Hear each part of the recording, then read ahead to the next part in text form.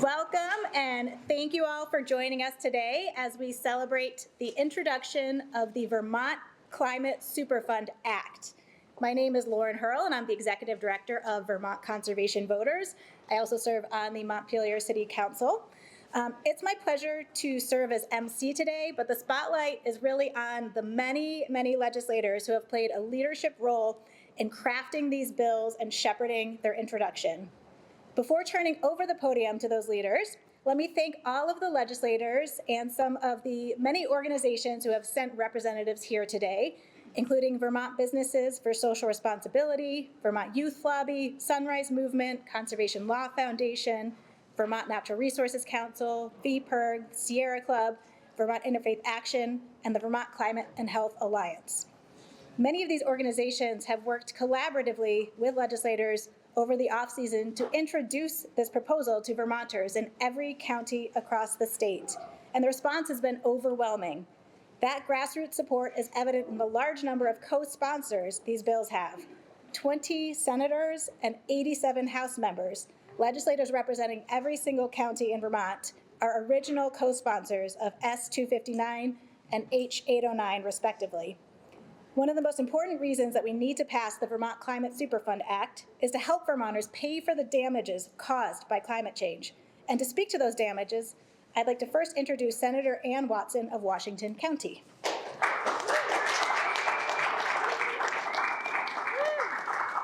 Thank you, Lauren, and thank you to my colleagues who are supporting the Climate Superfund Act. As everyone knows, climate change is hitting Vermont hard and costing us billions of dollars. Like many people across the state, my constituents in Barre and Montpelier and across Washington County, they were severely impacted by last year's floods. You've heard some of their stories already this session. Homeowners flooded out and unable to return, businesses that have closed, municipalities in the red. The costs to clean up and dig out are enormous and well outside what individual Vermonters, businesses, and municipalities, and even the state can afford. Dozens of towns are reporting huge budget deficits. There are immediate steps the state can and must take to reduce the future risk of flooding and to help our impacted communities with investments this year. But let's be clear, vulnerable Vermonters, mom and pop businesses, and small cities and towns aren't the cause of this damage. That came from climate change, and it is no coincidence that 2023 was the warmest year in Vermont history and also one of the most expensive. As a high school teacher, I can attest to that there is no question within the scientific community that climate change is driven by the burning of fossil fuels. Also, let me be clear, Big Oil knew decades ago that their products would cause this damage, so it is only right that they pay a share of the cost to clean up this mess. To that end, let me introduce someone who knows something about holding polluters accountable, my colleague and the senior senator from Bennington County, Senator Dick Sears.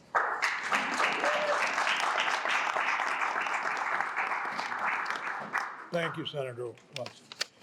And thank you all for being here. On the ride up this morning, I got to thinking a little bit about this bill. And to be totally honest with all of you, 20 years ago, I would have absolutely opposed this bill. What I learned in my hometown of North Bennington and Bennington, Vermont, a large corporation polluted our groundwater, polluted wells. We have to hold those corporations accountable for the cleanup, because quite frankly, it comes down to a pretty simple theory. Who's going to pay for the damage done? Is it going to be the taxpayer? Is it going to be the homeowner or the small business? Or is it going to be the company that contributed to the problem? I say it should be the company that contributed to the problem. I represent Londonderry over the mountain. I watched the damage done this summer in that community. I spent time talking to the owners of a very small business in Londonderry, realizing the damage that had been done to their business, to their inventory. And was how are we ever going to survive? Luckily, they're able to somewhat survive, but it's cost them quite a bit. And so in the final analysis, no matter what I say, no matter what I do, it comes down to who pays. Thank you.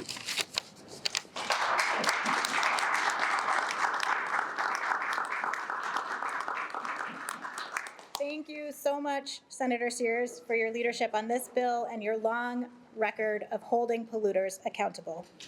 We anticipate this bill will start in the Senate, but House members have already done a lot of work preparing for the legislative session and are here to speak. And I'd like to first introduce the chair of the House Judiciary Committee, Representative Martin Lalonde. Thank you.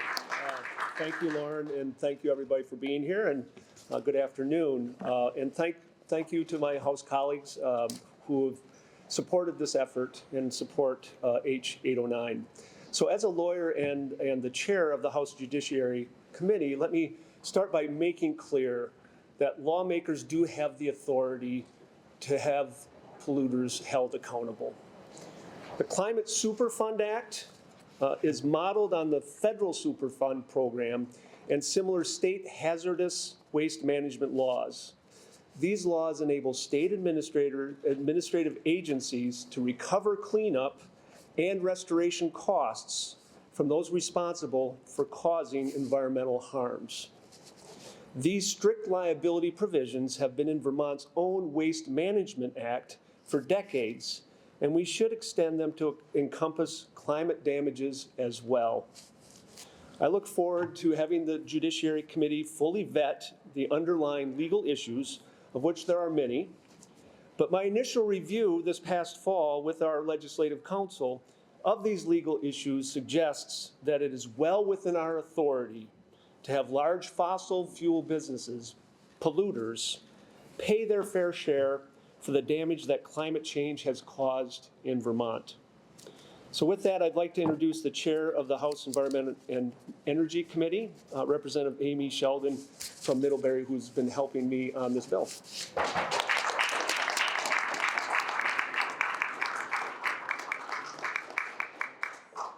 Thank you, Representative Lalonde, and to all of you for being here, and to my colleagues for co-sponsoring this bill with us. The pace of climate change and the associated damages is accelerating, and the costs are going up. The events of this past year have made it abundantly clear Vermont is vulnerable to extreme weather events. In fact, Vermont is one of the states getting hit hardest. Burlington has warmed more than any other city in the U.S. over the last 50 years. Winters are now, on average, 7 degrees warmer in Burlington than in 1972. A report released last summer by the Rebuild by Design found that Vermont was tied for 7th in terms of the number of climate-related disasters suffered from 2011 to 2021, and our per capita spending on those disasters was the 5th highest in the country. That's from a report they did called Vermont Atlas of Disaster. I recommend everyone check it out.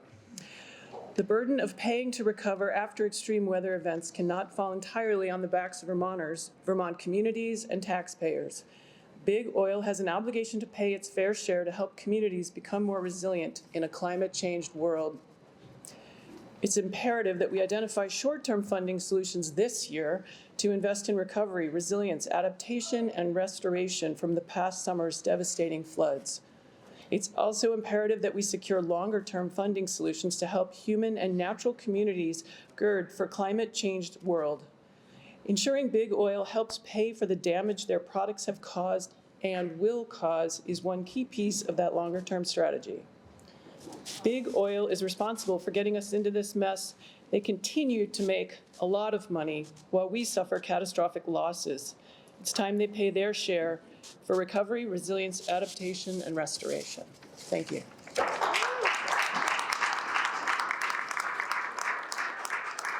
Thank you, Representatives Sheldon and Lalonde. Thank you, Senators Watson and Sears.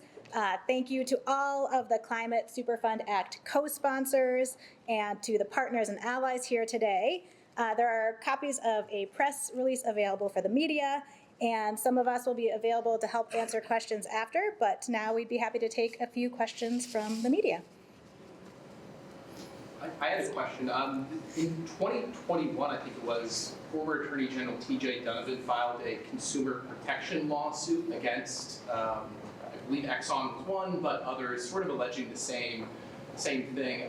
Can you maybe just describe what these pieces of legislation would do that like a consumer protection lawsuit wouldn't do? Like how can you differentiate?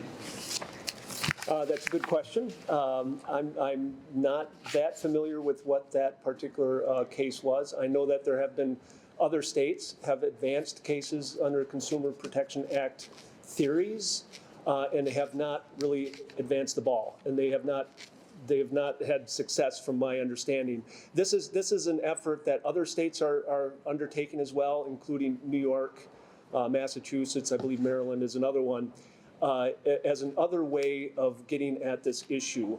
And it's looking at it a little bit differently. It's looking at, remediating or getting the funds for really past damages that these companies have caused, which is a little bit different than what you would get in a Consumer Protection Act law. I would have to, I'd have to look a little closer to give you a deeper answer on that, but I do know that this is a different approach that I think will be more successful. Is it possible to ballpark how much a state like Vermont might receive from fossil fuel companies if this were successful? I'm not the one who knows that, so I don't know that. Sorry to not be able to answer that. Just to answer that briefly, the treasurer is going to be doing an assessment to figure that out. And one of the things that we are going to need to do is to come up with a large list of the damages that Vermont has experienced as a result of climate change. And so that'll be part of the work to be done. Senator Sears was talking about the connection between the PFAS pollution and Saint-Gobain, which is very direct. And I know this might be a little bit harder because there isn't sort of a direct company that's impacted Vermont. I wonder if you could talk about how we go about choosing which companies to target and what the mechanism is. Well, first of all, there was nothing simple about Saint-Gobain. They finally did make a settlement with the town to extend the drinking water, but we never got the strict liability portion of the bill through the House and to the governor. However, I think in this case it's harder. It will be harder, but it'll be up to the Attorney General and the Treasurer and others to set some figures as to what it's cost Vermont. We know the recent floods, Hurricane Irene, et cetera, the tremendous cost that local farmers, businesses, citizens got to the point of, and this is really a strict liability law, and what portion would be, applied to coal, what portion would be applied to oil, et cetera, would be up to, once the bill hopefully passes out of the Senate, the House, and governor signs it, would be up to those individuals to go forward with it. But it does establish that right for the state to try to receive some remuneration for all that happened, the damage done. And there are a few other states that are pursuing similar legislation. I don't think anyone's passed one yet. I believe the New York Senate may have passed a bill, but it hasn't been passed by I think they call that the Assembly over there in New York. Is this bill pretty similar to the Pardon me? bills that others? Is this bill pretty similar to the bills that other states are pursuing? Yes, yeah, it's somewhat similar, but the whole theory behind it is the strict liability, that you caused the harm and you need to help pay for the damages done, rather than the state's taxpayers or the victims of the floods and so forth. I'm curious, if this goes into effect, what is going to be the sort of mechanism by which Vermont will decide, which damages are attributed to climate change and who will get to sort of make those judgments? I'm curious. I think it would be the Agency of Natural Resources, the Attorney General, the State Treasurer, more the executive branch than the legislative. This is just, I won't say just, but this is giving the ability to do it and to create the Superfund in order to accomplish that. But it would be up to the executive branch to deal with it. I know earlier right after the flooding happened, there was a rally on Church Street, the big blow-up pig, I believe. The governor was asked about it. He said that, at least at that point, he wouldn't support this. How big of a priority is this for legislative leadership? Well, Have you talked with the Senate Pro Tem and also the Speaker about? I have, and I point that there are 20 senators out of 30 who have either sponsored or co-sponsored this bill. So I think, that's certainly, I won't term it as a supermajority because you never know when the bill actually comes, but I think there's tremendous support in moving forward with this bill in the Senate. I'm not familiar with the House enough to know exactly, but I sense there's a great deal of support in the House as well. Is that the case in the House? Yes, there's approximately or almost 90 sponsors in the House, so it's gotten broad support. I'd love to just revisit that, my question about, who gets to decide. I'm just thinking, given what Calvin had said, it could be the administration, political will can change, and if we have an administration that maybe is less inclined to pursue damages. I'm just curious if we'll see in the legislation a sort of process of bar outlined for how, as a state will decide this was an impact or damage that happened to us because of climate change. Yeah, thank you. So one of the reasons that this kind of bill is pursuable is because of something called attribution science. So it's a statistical science that that shows how much more damage. Well, I guess I should say attribution science is it's really the science of seeing how much more damaging storms and weather events are now as a result of climate change relative to what they would have been absent climate change. So that will give us a good benchmark for knowing how much damage we can attribute to, in costs, we can attribute to climate change. And so that's the foundation for this kind of work. Yep. And I'm curious, maybe this is too much of the weeds, but will it be like a state climatologist who's going to be helping with that work? Is there clarity around sort of who the sort of scientific advisory? I believe that is mentioned in the bill generally, but I'm sure the committee will have more conversation about that very question. Any other questions? Great. Thank you all so much. Thank you all.